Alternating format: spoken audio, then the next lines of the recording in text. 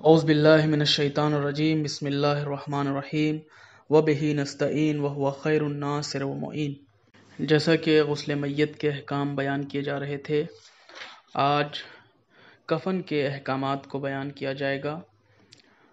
مسئلہ نمبر 576، مسلمان میت کو 3 کپڑوں کا کفن دینا ضروری ہے، جنہیں لنگی، کرتا اور چادر کہا جاتا ہے۔ اس مسئلے میں بیان یہ کرنا چاہتے ہیں کہ مسلمان کی میت، یعنی وہ میت چاہے مرد کی ہو یا عورت کی ہو، بچہ ہو یا بوڑھا ہو، اسے 3 کپڑوں کا کفن دیا جانا ضروری ہے۔ 3 کپڑے کون کون سے؟ لنگی، پیراہن یعنی کرتا اور چادر۔ یہ 3 کپڑوں کا کفن ہونا میت کے لیے ضروری ہے، اور مسلمان مرد پر فرض ہے۔ مسلمان جو بھی مسلمان ہو، اگر اس کا ولی موجود نہ ہو تو تمام مسلمانوں پر واجب ہے جو میت کے قریب موجود ہوں کہ اس میت کو کفن دیں۔ مسئلہ نمبر 577، احتیاط کی بنا پر ضروری ہے کہ لنگی ایسی ہو جو ناف سے گھٹنوں تک بدن کے اطراف کو ڈھانپ لے، اور بہتر یہ ہے کہ سینے سے پاؤں تک پہنچ جائے۔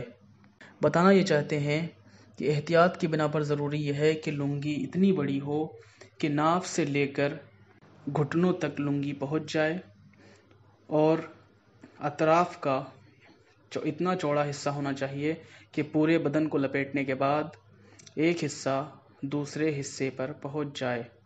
اسی طریقے سے بہتر یہ ہے کہ لنگی اتنی لمبی ہو کہ سینے سے لے کر پاؤں تک پہنچ جائے، یعنی پیر کے پنجے تک پہنچ جائے۔ نمبر 2، کرتا یعنی جسے پیراہن بھی کہتے ہیں۔ احتیاط کی بنا پر ایسا ہو کہ کندھوں کے سروں سے آدھی پنڈلیوں تک تمام بدن کو ڈھانپے، اور بہتر یہ ہے کہ پاؤں تک پہنچے۔ یعنی اس میں کہنا یہ چاہتے ہیں کہ پیراہن اتنا لمبا ہونا چاہیے کہ جیسے عام طور پہ تمام لوگ کرتا پہنتے ہیں کہ کندھوں سے لے کر آدھی پنڈلیوں تک کرتا عموماً ہوتا ہے، اتنا تو ہونا چاہیے۔ لیکن بہتر یہ ہے کہ کرتا جو میت کو دیا جا رہا ہے، پیراہن جو میت کو پہنایا جا رہا ہے، اتنا لمبا ہو کہ کاندھوں سے لے کر پیر کے پنجوں تک اس کی لمبائی ہو۔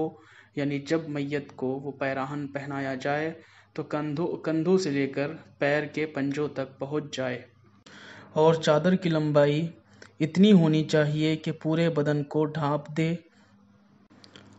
اور احتیاط یہ ہے کہ چادر کی لمبائی اتنی ہونی چاہیے کہ میت کے پاؤں اور سر کے اطراف سے گرہ دے سکیں، اور اس کی چوڑائی اتنی ہونی چاہیے کہ اس کا ایک کنارہ دوسرے کنارے پر آ سکے۔ یعنی تیسرا کپڑا جسے چادر کہتے ہیں، چادر اتنی لمبی ہونی چاہیے کہ جس میں میت کا پورا بدن آسانی سے لپیٹا جا سکے، اور لمبائی اتنی ہو کہ سر کے اوپر اور پیر کے نیچے طرف چادر اتنی نکلی ہو کہ اس میں آسانی سے گرہ لگائی جا سکتی ہو۔ اور چوڑائی میں بھی اتنا ہونا چاہیے کہ ایک سرا دوسرے سرے کے اوپر پہنچ جائے اور کوئی بھی بدن کا حصہ ظاہر نہ رہے، آسانی سے چھپ جائے۔